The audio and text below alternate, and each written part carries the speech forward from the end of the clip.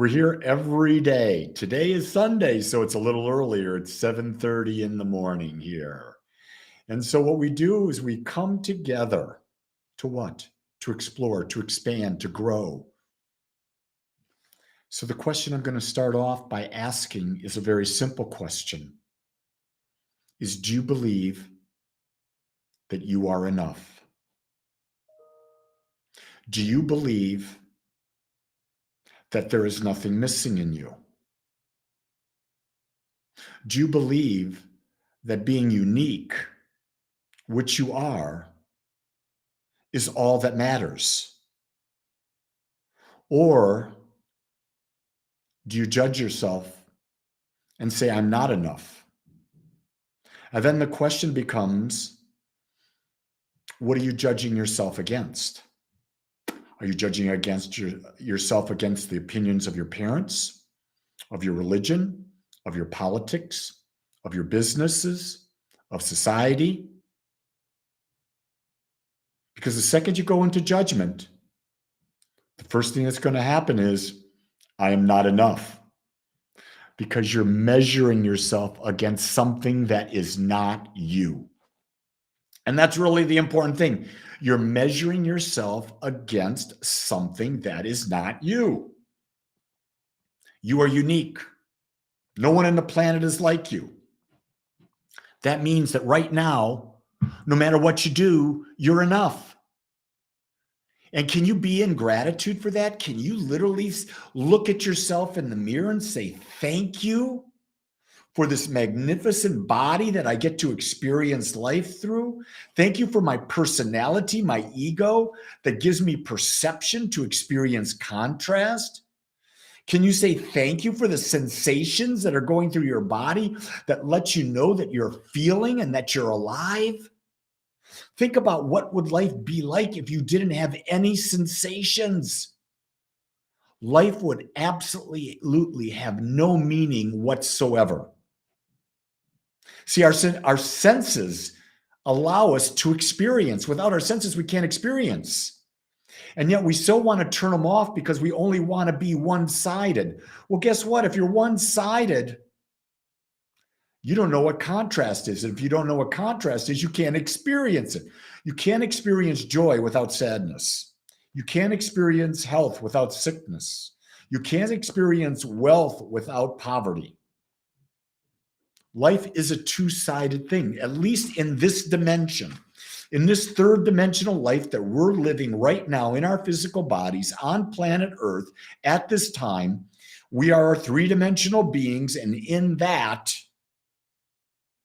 we live. I brought up a new concept today in our morning meditation, and it was a concept by the ancients, and it was one word, soham, S-O-H-M. This word translated means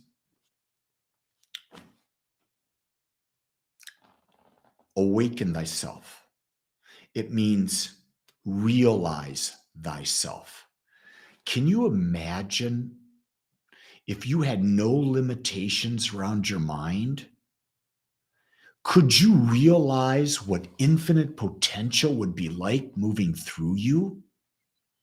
Can you imagine infinite potential moving through you, meaning that you have the power of the infinite right here, right now, and that what you once thought were limitations are no longer limitations?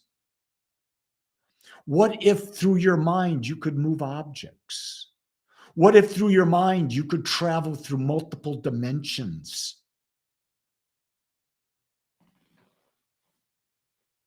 Who here has taken the time to truly realize themselves? Or have we been brought into the human form at this time with all of these limitations that society has created about us? You ever notice that it seems that everything we're being told is about limiting us? Nothing that we're being told is about expanding us. And so the collective consciousness that is surrounding you and I right now is a consciousness of lack. It's a consciousness of becoming smaller. It's a consciousness of being in prison. It's not a consciousness of freedom. It's not a consciousness of imagination. It's not a consciousness of adventure. Imagination, adventure, freedom. What does that mean to you?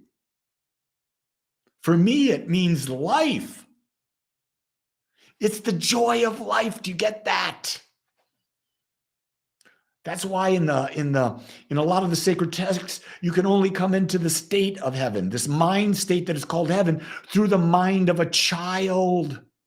The mind of a child has no limitation. It has a vivid imagination. There are no bounds. Everything is possible. Can you imagine if we took our children and we trained them to think outside the box, and that the energy that they had no limitations, and to use that mind to reestablish a connection with the infinite mind, which we're a part of? My God, it would be magnificent what our children could do.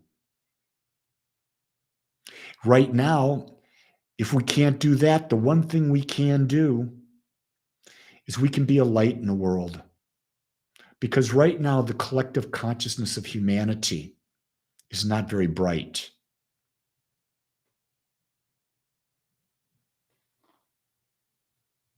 It's dark. The consciousness of humanity worldwide is in a state of fear.